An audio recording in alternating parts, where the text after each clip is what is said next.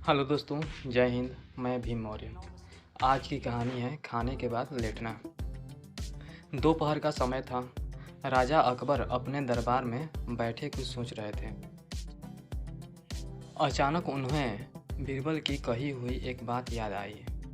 उन्हें याद आया कि एक बार बीरबल ने उन्हें एक कहावत सुनाई थी जो कुछ इस तरह से थी: खाने के बाद लेटना और मारने के बाद भागना एक सयाने मनुष्य की निशानी होती है। राजा सोचने लगे, अभी दोपहर का समय है, यकीनन बीरबल खाने के बाद सोने की तैयारी में होगा।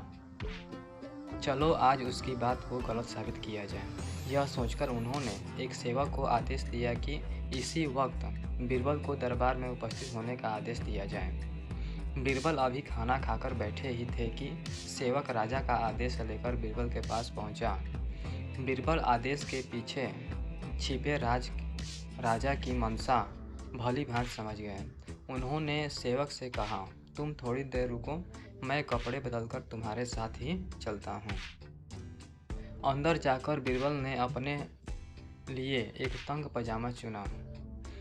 पजामा तंग था तो उसे पहनने के लिए उन्हें बिस्तर पर लेटना पड़ा। पजामे को पहनने का बहाना कर वे थोड़ी देर बिस्तर पर ही लेटे रहे और फिर सेवक के साथ दरबार की ओर चल दिए। दरबार में राजा बीरबल की ही राह देख रहे थे।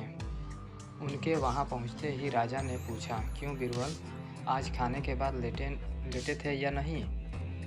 बीरबल ने जवाब दिया, जी महाराज, जरूर लेटा था। यह सुनकर राजा को बहुत गुस्सा आया। उन्होंने बीरबल से पूछा, इसका मतलब यह है कि तुमने मेरे आदेश का असम्मान किया। तुम उसी समय मेरे सामने क्यों उपस्थित नहीं हुए? इसके लिए मैं तुम्हें सजा देता हूँ। बीरबल ने तुरंत जवाब दिया, महाराज, ये सच है कि मैं थोड़ी देर लेटा था, लेकिन मैंने आपके आदेश की अवहेलना नहीं की है।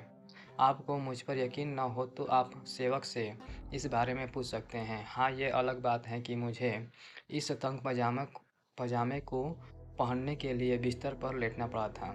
बीरबल की इस बात को सुनकर अकबर हंसे बिना न रह सके और उन्होंने बीरबल को दरबार से जाने दिया। कहानी से सीख। इस कहानी से हमें यह सीखने को मिलता है कि परिस्थिति को भांपते हुए हमारे द्वारा उठाया गया एक कदम हमें अनेक मुसीबतों से बचा सकता है। प्यारे दोस्तों, चैनल को लाइक और सब्सक्राइब करें। जय हिंद।